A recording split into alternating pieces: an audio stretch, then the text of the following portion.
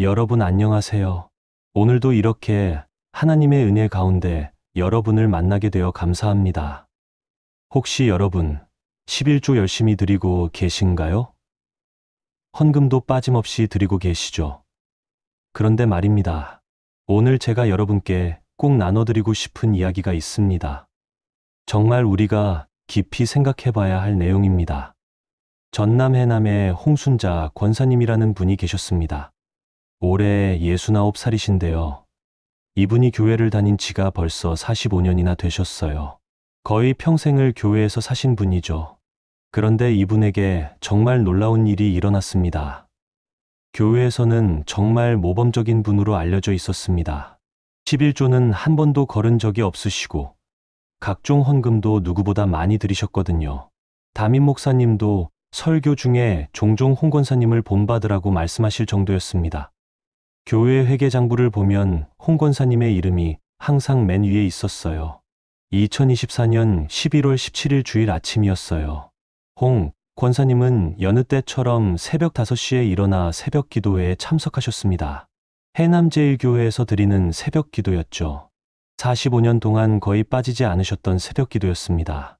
기도회를 마치고 집으로 돌아온 홍 권사님은 남편을 위해 아침 식사를 준비하셨어요. 남편분은 교회를 다니지 않으셨습니다. 45년 동안 권사님이 열심히 다녀도 남편은 끝까지 교회에 나오지 않으셨죠. 아들도 마찬가지였어요. 서울에서 사업을 하고 있는 아들도 불신자였습니다. 홍 권사님은 이 부분에 대해 늘 마음이 무거웠어요. 하지만 그렇다고 가족을 위해 간절히 기도하지는 않았습니다. 가끔 기도하더라도 형식적이었죠. 그보다는 사업이 잘 되게 해달라는 기도가 훨씬 많았습니다.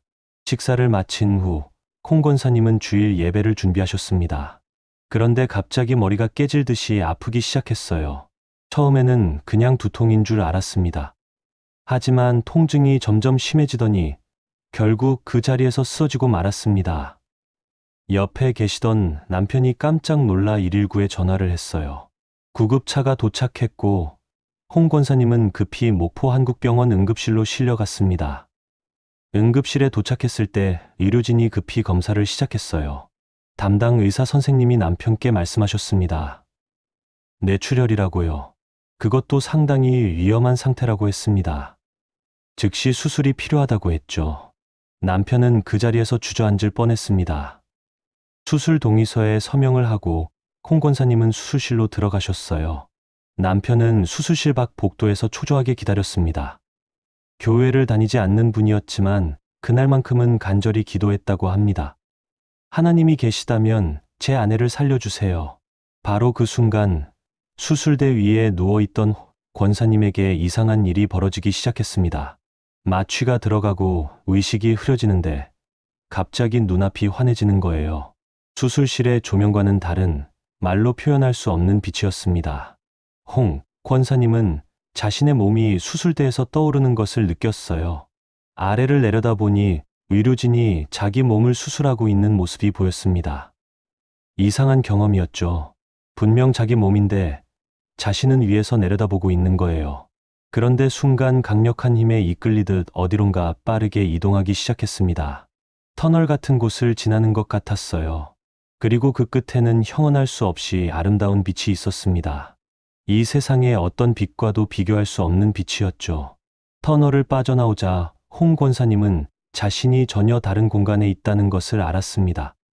발밑은 수정같이 맑은 유리바다 같았고 하늘은 이 세상에서 본 적 없는 색깔로 물들어 있었어요. 구름 위를 걷는 것 같기도 하고 공중에 떠 있는 것 같기도 했습니다. 저 멀리 거대한 문이 보였습니다. 진주로 만들어진 것 같은 그 문은 너무나 아름다웠어요. 그런데 그 문 앞에 누군가 서 계셨습니다. 얼굴은 정확히 보이지 않았지만 그분에게서 나오는 빛이 너무 강렬해서 제대로 쳐다볼 수가 없었습니다. 홍 권사님은 본능적으로 무릎을 꿇었어요. 그분이 누구신지 정확히 알 수는 없었지만 그 앞에서는 그 누구도 설 수 없을 것 같았거든요. 45년 동안 교회를 다녔지만 이렇게 강렬한 하나님의 임재를 느껴본 적은 처음이었습니다. 그분이 입을 여셨어요. 부드럽지만 권위 있는 목소리였습니다. 그렇다 순자야. 내가 평생 섬기며 살아온 바로 그 하나님이다. 홍 권사님은 온몸에 전율이 흘렀습니다. 정말 하나님이셨던 거예요. 자신이 45년 동안 믿어왔던 그 하나님을 이렇게 직접 만난 겁니다. 하나님 감사합니다. 이렇게 불러주시고 만나주셔서 정말 감사합니다. 홍 권사님은 떨리는 목소리로 말씀드렸습니다. 머릿속으로는 이런 생각이 스쳐 지나갔어요. 아, 내가 드디어 천국에 왔구나. 45년 동안 교회 다니고 11조 빠짐없이 드리고 헌금도 열심히 하고 새벽 기도도 나갔으니까 당연히 천국에 올 수 있는 거겠지. 그런데 하나님께서 예상치 못한 질문을 하신 겁니다. 순자야, 내가 나를 위해 무엇을 했느냐? 그 질문에 홍 권사님은 잠시 당황했지만 고차신 있게 대답했습니다. 하나님, 저는 45년 동안 교회를 다녔습니다. 한 번도 11조를 걸은 적이 없고요. 감사헌금도 늘 넉넉히 드렸습니다. 교회 건축헌금도 남들보다 많이 냈고 명절 때마다 특별헌금도 빠짐없이 드렸습니다. 새벽 기도도 거의 빠지지 않았고 주일 예배는 물론이고 수요 예배, 금요철야 예배도 열심히 참석했습니다. 교회 봉사도 열심히 했습니다. 정말 그랬어요. 홍 권사님은 헌금에 관한 한 정말 철저하셨거든요. 해남에서 남편과 함께 김양식을 하시는데 수입이 들어오면 제일 먼저 11조를 따로 챙겨두셨어요. 아무리 형편이 어려워도 아무리 급한 돈이 필요해도 11조만큼은 절대 손대지 않으셨습니다. 교회 회계장부를 보면 홍 권사님의 이름이 항상 맨 위에 있었어요. 헌금을 가장 많이 드리는 분 중 한 명이었거든요. 담임 목사님도 설교 중에 종종 홍 권사님을 본받으라고 말씀하실 정도였습니다. 홍 권사님도 그 말씀을 들을 때마다 뿌듯해 하셨죠. 그런데 하나님께서 천천히 고개를 저으시는 겁니다. 순자야, 내 헌금은 받았다. 그것도 참 많이 받았지. 하지만 내가 내게 원한 것은 그것이 아니었느니라. 홍 권사님은 깜짝 놀랐습니다. 무슨 말씀이신가 싶었거든요. 하나님, 그게 무슨 말씀이신가요? 제가 뭘 잘못했습니까? 저는 11조도 빠짐없이 드렸고 헌금도 많이 했는데요. 홍 권사님이 당황해서 여쭤봤습니다. 그러자 하나님께서 손을 드시더니 홍 권사님의 인생이 파노라마처럼 펼쳐지기 시작했습니다. 마치 영화 스크린을 보는 것처럼 자신의 지난 45년이 눈앞에 펼쳐진 거예요. 첫 번째 장면이 나타났습니다. 새벽 기도회에 참석한 홍 권사님의 모습이었어요. 기도실 한쪽 구석에 앉아 계셨는데 기도하는 척하면서 사실은 조는 모습이 보였습니다. 졸다가 옆 사람의 기침 소리에 깜짝 놀라 일어나서는 주변을 두리번거리며 혹시 누가 봤나 확인하는 모습도 보였어요. 새벽 기도회 끝나고 집에 돌아와서는 이렇게 생각하는 모습이 보였습니다. 오늘도 새벽 기도 나갔으니 하나님께서 복 주시겠지. 그런데 정작 하나님과 교제한 시간은 거의 없었어요. 두 번째 장면에서는 집에서 성경을 펼치는 모습이 나왔습니다. 그런데 성경을 읽는 게 아니었어요. 그냥 책장만 기계적으로 넘기다가 5분도 안 되어 덮으시더라고요. 그리고는 곧장 TV를 켜서 드라마를 보는 겁니다. 성경책에는 먼지가 쌓여 있었어요. 새 성경을 받은 지 3년이 넘었는데 거의 읽지 않은 거죠. 표지만 깨끗했지 속은 거의 펼쳐보지 않았습니다. 세 번째 장면은 더 충격적이었습니다. 불신자이신 남편이 교회 가자고 권유하는 홍 권사님께 화를 내는 장면이었어요. 남편이 소리를 지르며 말했습니다. 당신은 교회만 가면 돈 달라는 소리만 하잖소. 헌금 내느라 애들 학원비도 제대로 못 대주면서 그게 뭐가 믿음이오? 우리 집 살림은 생각도 안 하고. 그때 홍 권사님이 대답했습니다. 아니, 당신이 뭘 알아요? 하나님께 드리는 건데. 하나님께 드리면 복 받는다고요. 우리가 이렇게 사업이 잘 되는 것도 다 제가 11조 열심히 드려서 그런 거예요. 11조 안 드렸으면 우리 벌써 망했을 거예요. 남편은 한숨을 쉬며 고개를 저었습니다. 그 모습을 보면서도 홍 권사님은 남편을 위해 기도하지 않았어요. 대신 이렇게 생각했죠. 저 사람은 영적으로 눈이 먼 거야. 하나님의 축복을 몰라. 네 번째 장면에서는 아들과 통화하는 모습이 나왔습니다. 아들이 말했어요. 엄마, 나 이번에 사업 자금이 좀 필요한데 도와줄 수 있어요? 사실 좀 급해서 그러는데요. 은행 대출도 안 되고 정말 어려운 상황이에요. 그런데 홍 권사님의 대답은 이랬습니다. 아들아, 미안하다. 엄마가 지금 교회 건축 헌금 내야 해서 여유가 없어. 이번 달에 꼭 내야 하거든. 다음 달에 도와줄게. 교회 일이 먼저야. 전화를 끊은 후 홍 권사님은 이렇게 기도했어요. 하나님, 제가 건축 헌금을 우선으로 드리니까 우리 아들 사업도 잘 되게 해주세요. 아들의 어려움보다는 헌금을 먼저 생각한 거죠. 5번째 장면에서는 홍 권사님이 혼자 기도하는 모습이 보였습니다. 기도 내용이 이랬어요. 하나님, 올해도 김양식이 잘 되게 해주세요. 작년보다 더 많은 수확을 주세요. 그래서 11조도 더 많이 드리고 헌금도 더 많이 드리게 해주세요. 우리 사업이 번창하게 해주시고 돈 많이 벌게 해주세요. 그래서 교회에 영광 돌리게 해주세요. 가족을 위한 기도는 거의 없었습니다. 불신자인 남편과 아들의 구원을 위한 간절한 기도도 없었어요. 가끔 기도하더라도 이런 식이었죠. 하나님, 우리 남편이랑 아들도 교회 나오게 해주세요. 빨리요. 온통 사업과 물질적인 축복에 관한 기도뿐이었습니다. 6번째 장면에서는 권사회 모임에 참석한 모습이 나왔습니다. 다른 권사님들과 이야기를 나누는데 내용이 이랬어요. 우리 집은 11조를 철저히 드려서 그런지 사업이 정말 잘 돼요. 역시 하나님께 드리면 복 받는 게 확실해요. 저는 수입이 들어오면 무조건 11조부터 떼어놓거든요. 그러니까 하나님이 축복해 주시는 거예요. 여러분도 11조 철저히 드리세요. 마치 11조가 복을 받기 위한 투자인 것처럼 자랑스럽게 말씀하시는 겁니다. 다른 권사님들도 그렇다며 공감했어요. 맞아요, 맞아요. 11조가 곧 축복의 비결이에요. 7번째 장면에서는 주일 예배 시간이었습니다. 설교 말씀이 선포되고 있었는데 홍 권사님은 딴 생각을 하고 계셨어요. 오늘 예배 끝나고 시장 가서 뭘 사야 하나? 다음 주에 양식장 일정이 어떻게 되지? 이번 달 헌금은 얼마나 드려야 하나? 저번 달보다 좀 더 드려야 하나?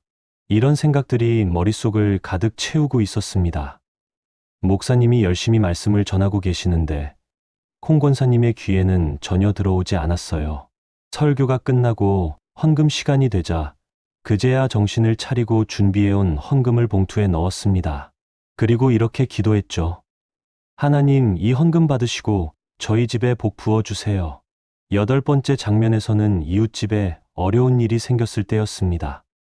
집이 화재로 전소되어 살 곳이 없어진 이웃이 도움을 요청했어요. 홍 권사님, 저희가 정말 어려운 상황이에요. 당장 갈 곳이 없어요. 조금만 도와주실 수 있으실까요? 하지만 홍 권사님은 이렇게 말했습니다. 아이고, 안 됐네요.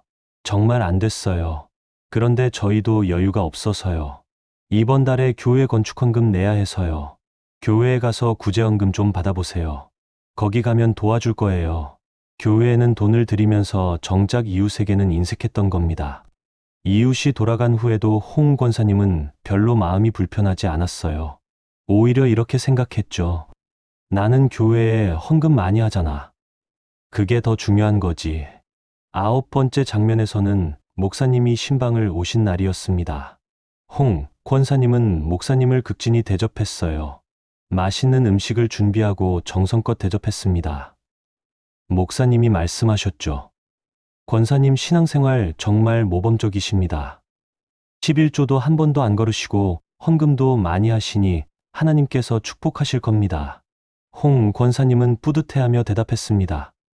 목사님, 당연한 거 아니겠어요. 하나님께 드리는 건데 아까울 게 뭐가 있어요. 저는 앞으로도 계속 열심히 11조 드릴 겁니다. 하나님이 복 주실 건 믿어요. 하지만 목사님이 요즘 성경은 열심히 읽으시냐고 물으시자 홍 권사님은 얼버무렸습니다. 아, 그거야 뭐 바쁘다 보니까요. 그래도 교회는 열심히 나가잖아요. 10번째 장면에서는 홍 권사님이 거울 앞에서 이렇게 말하는 모습이 보였습니다. 나는 45년 동안 교회 다녔어. 11조도 한 번도 안 거르고 헌금도 많이 했어. 새벽 기도도 열심히 나갔고. 나는 정말 잘 믿는 거야. 하나님이 분명히 나를 축복하실 거야. 자기 의로움에 빠져 있는 모습이었어요. 겸손하지 않았습니다. 오히려 자신의 신앙을 자랑스러워하고 있었죠. 이 모든 장면들을 본 홍 권사님은 얼굴이 새하얗게 질렸습니다. 자신의 45년 신앙생활이 이렇게 적나라하게 드러나니 너무 부끄러웠던 거죠. 변명할 여지가 전혀 없었습니다. 하나님께서 조용하지만 분명한 목소리로 말씀하셨습니다. 순자야, 내가 내게 드린 11조와 헌금은 분명 많았다. 그것은 인정한다. 하지만 너는 돈은 드렸어도 시간은 드리지 않았고 물질은 드렸어도 마음은 드리지 않았느니라. 그 말씀에 홍 권사님은 할 말을 잃었습니다. 하나님께서 계속 말씀하셨어요. 너는 11조를 드리면서 복을 받으려 했지. 나와 더 깊은 관계를 맺으려 하지 않았다. 헌금을 드리면서 투자의 대가를 기대했지. 진정한 예배를 드리려 하지 않았느니라. 너에게 신앙은 거래였다. 하나님께 돈을 드리면 복을 받는 거래 말이다. 홍 권사님은 그제야 깨달았습니다. 자신이 45년 동안 무엇을 잘못해왔는지를 말이에요. 하나님 죄송합니다. 정말 죄송합니다. 홍 권사님이 울먹이며 말씀드렸습니다. 하나님께서 말씀을 이어가셨습니다. 너는 새벽마다 기도실에 나왔지만 정작 나와 교제하지 않았다. 성경을 펼쳤지만 내 음성을 듣지 않았고 예배에 참석했지만 나를 만나려 하지 않았느니라. 네, 남편과 아들이 교회에 나오지 않는 것을 보면서도 너는 그들의 영혼을 위해 진정으로 눈물 흘리며 기도해 본 적이 있느냐? 없다. 너는 오히려 그들이 사업을 잘해서 11조를 더 많이 낼 수 있기를 바랐을 뿐이다. 그 말씀을 들으며 홍 권사님은 눈물이 쏟아졌습니다. 모든 게 사실이었거든요. 정말 남편과 아들의 영혼보다는 사업이 잘 되기를 바랐었어요. 그때 하나님께서 성경 말씀을 보여주시기 시작했습니다. 첫 번째는 말라기 3장 10절이었어요. 만군의 여호와가 이르노라. 너희의 온전한 11조를 창고에 들여 나의 집에 양식이 있게 하고 그것으로 나를 시험하여 내가 하늘 문을 열고 너희에게 복을 쌓을 곳이 없도록 붙지 아니하나 보라. 홍 권사님은 이 말씀을 수없이 들었었죠.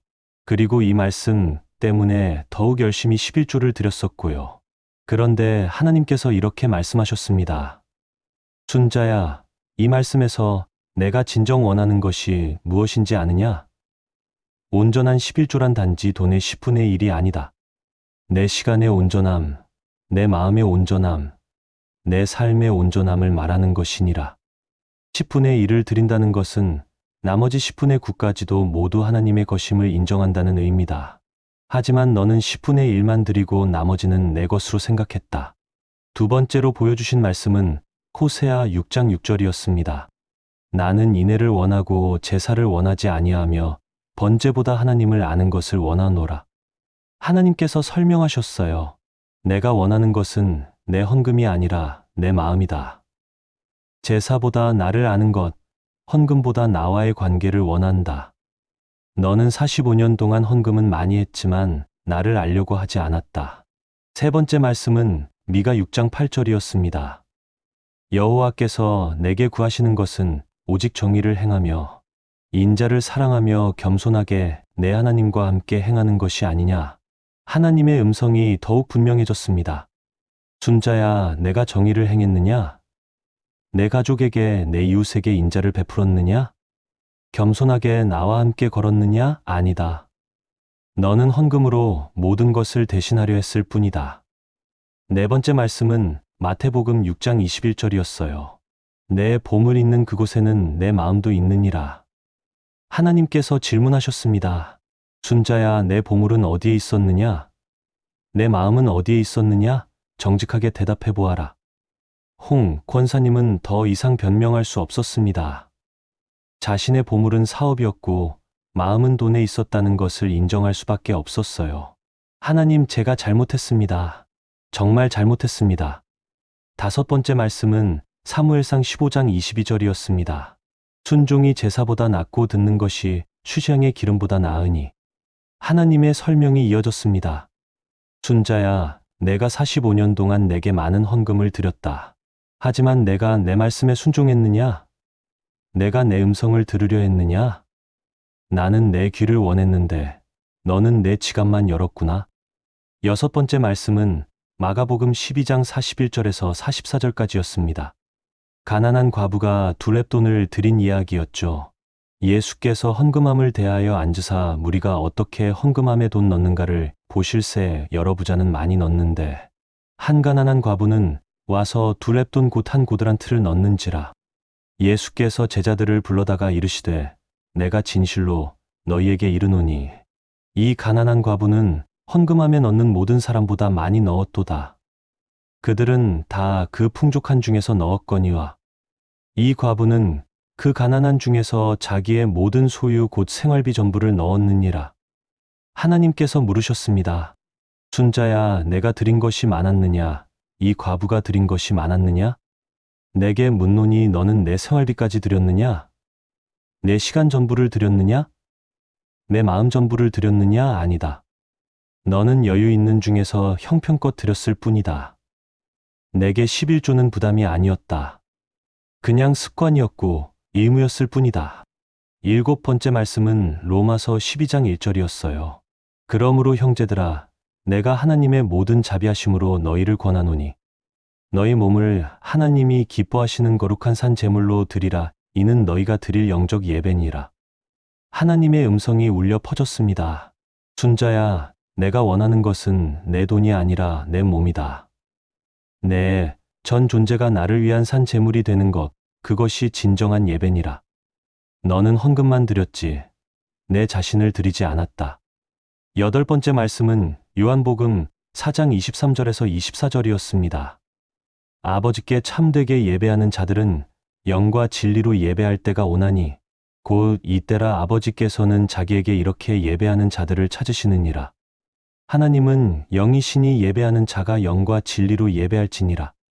하나님께서 설명하셨습니다. 순자야, 영과 진리로 예배하라. 겉으로만 드리는 예배가 아니라 내 영혼이 진정으로 나를 갈망하는 예배를 드려라. 형식적인 11조가 아니라 내 마음을 담은 헌신을 드려라. 아홉 번째 말씀은 야고보서 2장 17절이었습니다.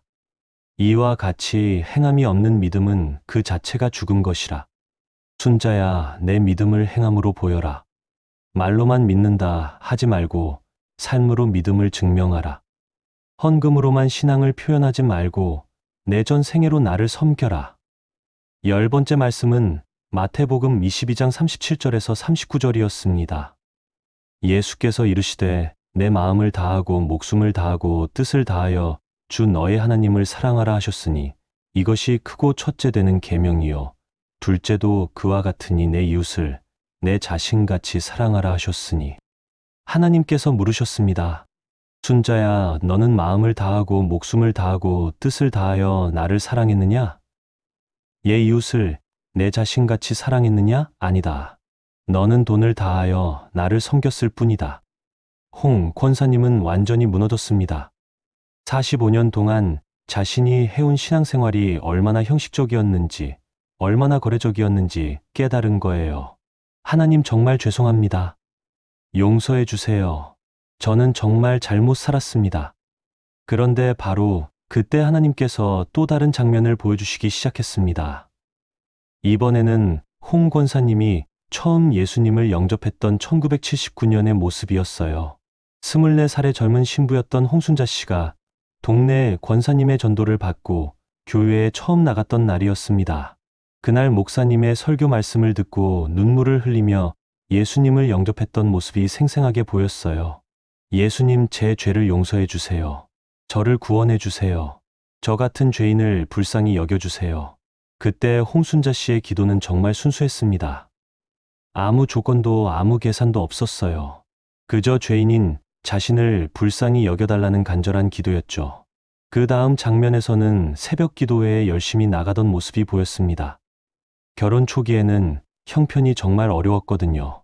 남편과 함께 김양식을 시작했지만 빚만 늘어갔었죠. 그때 홍 권사님은 새벽마다 눈물로 기도했답니다. 하나님, 저희를 도와주세요. 이 빚을 갚을 수 있게 해주세요. 남편이 힘들어하지 않게 해주세요. 우리 가정을 지켜주세요. 그때의 기도는 간절했습니다. 진심이었어요. 그리고 하나님께서 정말 도우셨어요. 그의 김양식이 대풍이었거든요. 빚을 갚고도 남을 만큼 수학이 좋았답니다. 그때 홍 권사님은 너무 감사해서 첫 수입에 11조를 드렸어요. 아니 11조 이상을 드렸답니다. 하나님 감사합니다. 정말 감사합니다. 이 돈이 아깝지 않습니다. 하나님께서 저희를 살리셨습니다. 그때의 헌금은 정말 순수한 감사였습니다. 복을 받기 위해서가 아니라 받은 복에 대한 감사였던 거죠. 하지만 다음 장면부터는 조금씩 달라지기 시작했어요. 사업이 잘 되면서 헌금은 점점 많아졌지만 기도는 점점 형식적으로 변했습니다. 성경 읽는 시간은 점점 줄어들고 대신 사업 걱정하는 시간이 늘어났어요. 하나님 올해도 작년만큼 수확이 좋게 해주세요. 그러면 11조 더 많이 드리겠습니다. 기도의 내용도 변했습니다. 감사보다는 요구가 많아졌고 회개보다는 조건이 많아졌죠. 10년이 지나고 20년이 지나면서 홍 권사님의 신앙은 완전히 형식화되었습니다. 교회는 열심히 다녔지만 하나님과의 친밀한 관계는 사라졌어요. 11조는 철저히 드렸지만 기도는 점점 짧아졌습니다. 하나님께서 조용히 말씀하셨어요. 순자야, 내가 내게 복을 준 이유가 무엇인지 아느냐? 내가 더 많은 헌금을 드리라고 준 것이 아니다. 내가 더 감사하고 더 겸손해지고 더 나를 의지하라고 준 것이니라. 하지만 너는 복을 받으면서 교만해졌다. 마치 내가 11조를 드렸기 때문에 당연히 복을 받는 것처럼 생각했지. 그것은 거래다 순자야. 신앙이 아니라 거래였느니라. 홍 권사님은 그제야 자신의 신앙이 얼마나 왜곡되었는지 깨달았어요. 하나님, 그럼 저는 어떻게 해야 합니까? 이제 어떻게 해야 하나요? 홍 권사님이 울며 여쭤봤습니다. 그러자 하나님께서 부드럽게 말씀하셨어요. 순자야, 내가 내게 원하는 것은 간단하다. 내 마음을 내게 달라. 내 시간을 내게 드리고 내 관심을 내게 돌리고 내 사랑을 내게 쏟으라. 11조를 드릴 때 내 마음도 함께 드려라. 예배를 드릴 때 형식이 아니라 진심으로 드려라. 그럼 헌금은 어떻게 하나요? 11조는 안 드려도 되나요? 홍 권사님이 조심스럽게 물으셨답니다. 하나님께서 대답하셨어요. 헌금을 드리지 말라는 것이 아니다. 하지만 헌금만 드리지는 말라. 11조와 함께 내 산도 드려라. 그리고 하나님께서 마지막 말씀을 하셨습니다. 순자야, 11조의 진정한 의미를 기억하라. 11조는 내 소득의 10분의 1이 아니라 내 전부가 나의 것임을 고백하는 신앙의 표현이니라. 10분의 1을 드리는 것은 나머지 10분의 9도 나의 것임을 인정하는 것이다. 내 시간도 내 재능도 내 관계도 모든 것이 나의 것이라는 고백인 것이다. 홍 권사님은 그제야 완전히 깨달았습니다. 하나님, 알겠습니다. 제가 돌아가면 정말 달라지겠습니다. 약속드립니다. 홍 권사님이 눈물로 고백했습니다. 그러자 하나님께서 빙그레 웃으시며 말씀하셨어요. 그래 순자야, 내가 너를 믿는다. 이제 돌아가거라. 그리고 내가 깨달은 것을 많은 사람들에게 전하여라. 네, 남편과 아들도 걱정하지 마라. 내가 진정으로 변화되면 그들도 변화될 것이다. 그 순간 홍 권사님의 눈앞이 다시 환해지더니 병원 침대에 누워있는 자신을 발견했습니다. 권사님 깨어나셨어요. 간호사들이 놀라서 소리쳤어요. 의사 선생님이 급히 달려오셨고요. 이건 정말 기적입니다. 뇌출혈로 수술까지 하셨는데 이렇게 빨리 의식을 회복하시다니요. 정상적으로는 최소 3일은 혼수 상태에 있어야 하는데 불과 6시간 만에 깨어나셨네요. 정말 믿을 수 없는 일입니다. 의사 선생님이 믿을 수 없다는 표정으로 말씀하셨답니다. 옆에서 기다리고 계시던 남편이 홍 권사님의 손을 꼭 잡았어요. 여보, 정말 다행이요. 내가 얼마나 걱정했는지 알아요? 당신 깨어나지 않으면 나는 어떻게 사나 싶었소. 남편의 눈에는 눈물이 가득했습니다. 평소에는 무뚝뚝하시던 분인데 말이에요. 여보, 미안해요. 그동안 정말 미안했어요. 홍 권사님이 남편의 손을 꼭 잡으며 말씀하셨답니다. 무슨 소리요? 당신이 뭘 잘못했다고. 나 진짜 잘못 살았어요. 교회만 다녔지. 제대로 된 신앙생활을 한 게 아니었어요. 당신한테도 미안하고 아들한테도 미안해요. 남편은 무슨 말인지 잘 이해하지 못하셨지만 아내가 뭔가 큰 깨달음을 얻은 것 같다는 느낌은 받으셨답니다. 며칠 후 홍 권사님은 기적적으로 회복되어 퇴원하셨어요. 의사 선생님도 놀랄 정도로 빠른 회복이었죠.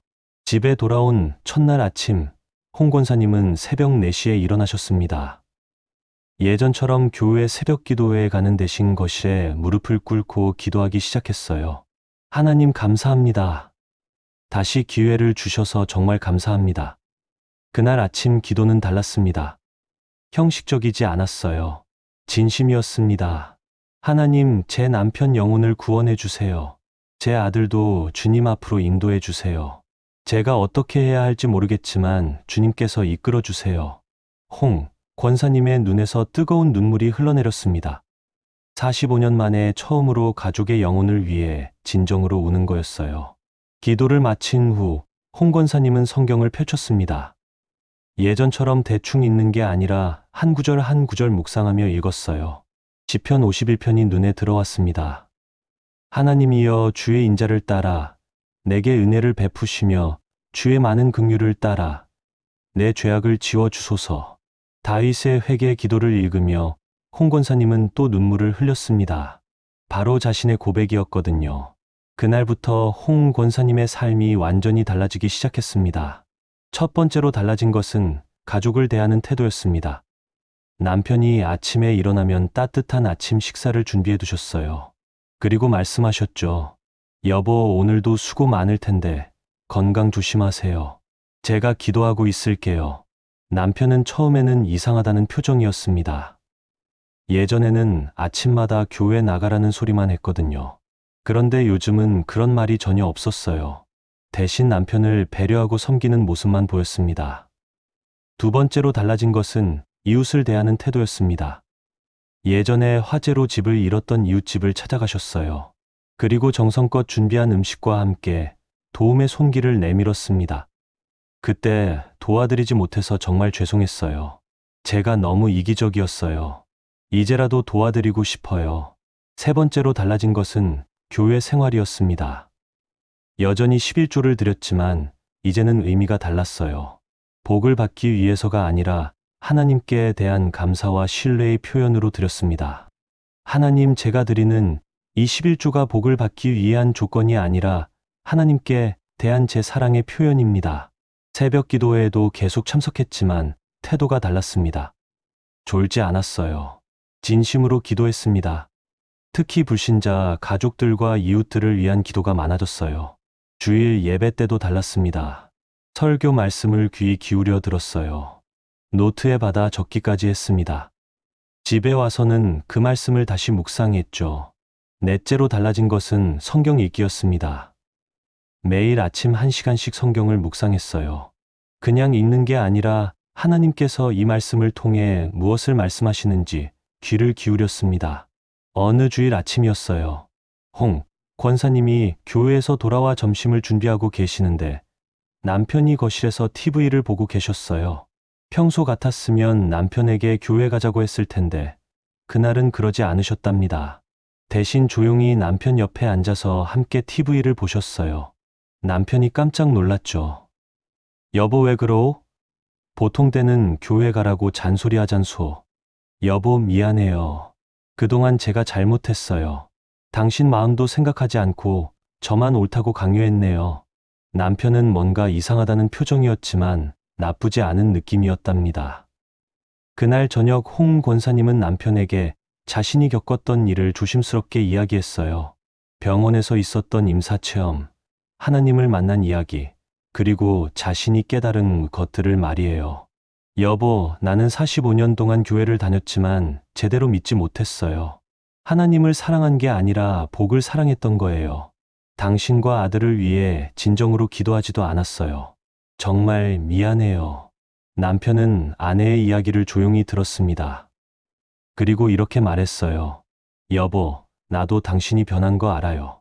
요즘 정말 다른 것 같소. 전에는 교회 이야기만 하면 돈 타령이었는데 요즘은 다르네요.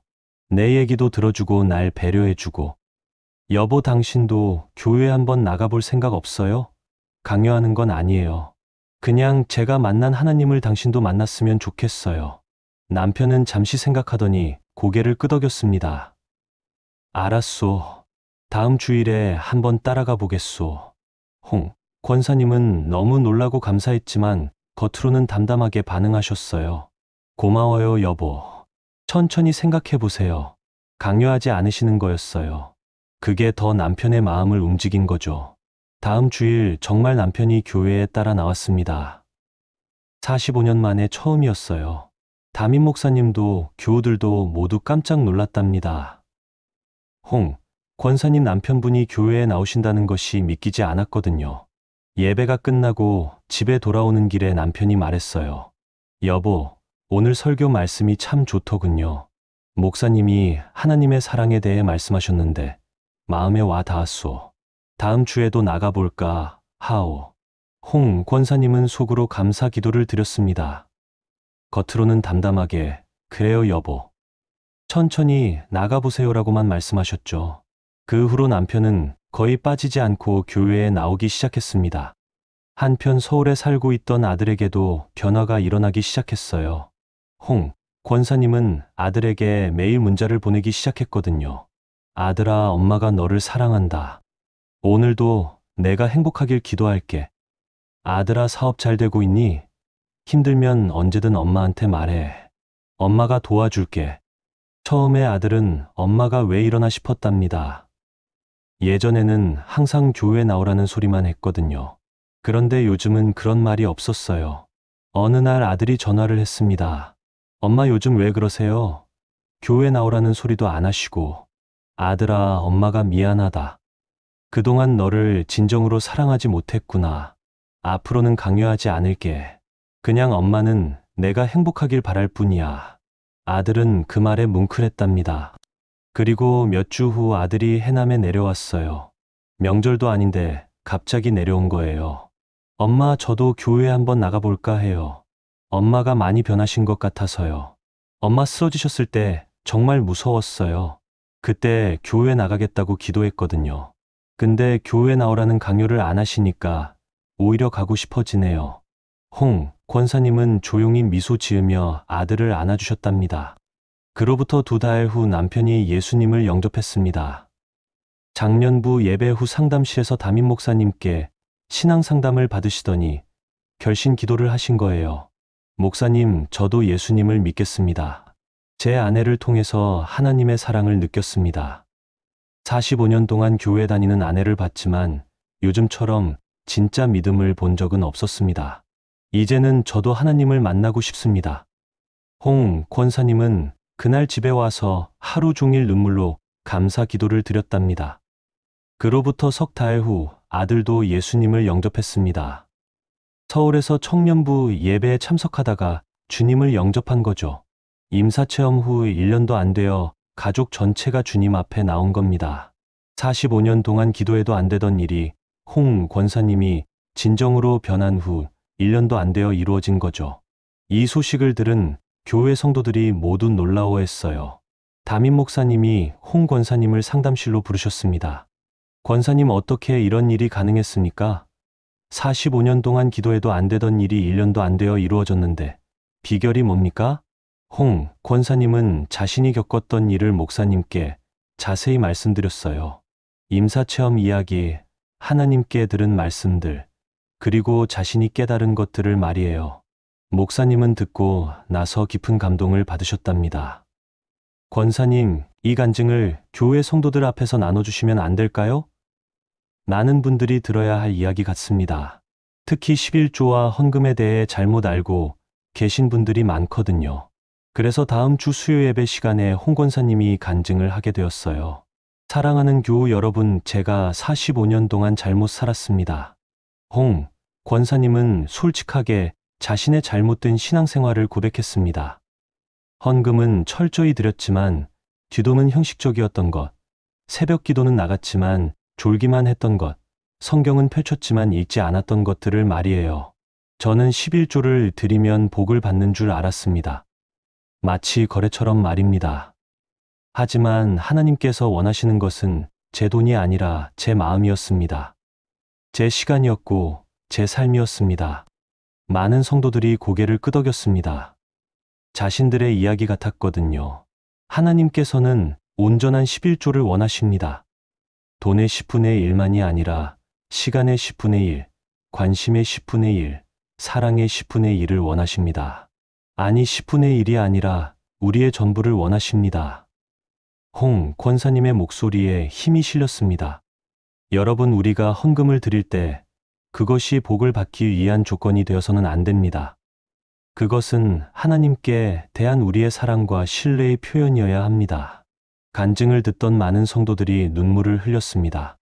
자신들도 홍 권사님과 비슷한 신앙생활을 하고 있었다는 것을 깨달은 거죠. 간증이 끝난 후 여러 성도들이 홍 권사님께 다가왔습니다. 권사님, 저도 똑같았어요. 헌금만 잘 드리면 되는 줄 알았어요. 권사님 말씀 듣고 정말 많이 깨달았습니다. 저도 변화하고 싶어요. 그날 이후 교회에 변화의 바람이 불기 시작했습니다. 많은 성도들이 진정한 신앙이 무엇인지 고민하기 시작했거든요. 지금은 2025년 10월입니다. 홍 권사님이 임사체험을 한 지 거의 2년이 다 되어가는 시점이죠. 남편은 이제 장로로 장립되어 교회를 열심히 섬기고 계십니다. 불신자였던 분이 이제는 새벽 기도를 인도하시고 성경 공부를 이끄시는 귀한 일꾼이 되셨어요. 아들도 서울에서 청년부를 섬기고 있습니다. 자기 사업도 하나님께 맡기고 청년들의 멘토가 되어주고 있어요. 홍 권사님 자신도 완전히 달라졌습니다. 여전히 11조를 드리지만 이제는 의미가 다릅니다.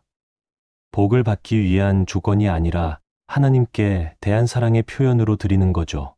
새벽마다 일어나 기도하고 성경을 읽습니다. 형식이 아니라 진심으로요. 하나님과의 친밀한 교제를 누립니다. 교회 봉사도 달라졌어요.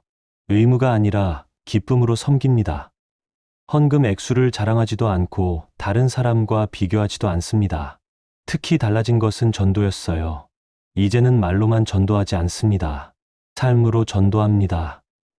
홍 권사님을 보고 많은 사람들이 예수님을 영접했답니다. 저 권사님 보니까 정말 믿음이 있나 봐요. 예전과는 완전히 다른 사람 같아요. 사람들의 말이 변했습니다. 여러분, 오늘 이 이야기를 들으시면서 어떤 생각이 드셨나요? 혹시 여러분도 홍 권사님처럼 헌금만 잘 드리면 된다고 생각하고 계시지는 않나요? 11조를 복을 받기 위한 조건으로 생각하고 계시지는 않으신가요? 하나님께서는 우리의 돈을 원하시는 게 아닙니다. 우리의 마음을 원하십니다. 우리의 시간을, 우리의 관심을, 우리의 사랑을 원하십니다. 말라기 3장 10절 말씀을 다시 한번 생각해 보세요. 온전한 11조란 단순히 돈의 10분의 1이 아닙니다. 우리 전 존재가 하나님께 속해 있다는 고백입니다. 로마서 12장 1절 말씀처럼 우리 몸을 하나님이 기뻐하시는 거룩한 산 제물로 드리는 것, 그것이 진정한 영적 예배입니다. 여러분의 신앙생활을 한번 점검해 보시기 바랍니다. 혹시 형식적이지는 않은지 거래적이지는 않은지 말입니다. 하나님과의 친밀한 관계가 있습니까? 매일 성경을 읽고 묵상합니까? 진심으로 기도합니까? 가족의 영혼을 위해 눈물로 기도합니까? 어려운 이웃을 진심으로 돕고 계십니까? 홍 권사님의 이야기는 우리 모두에게 큰 도전을 줍니다.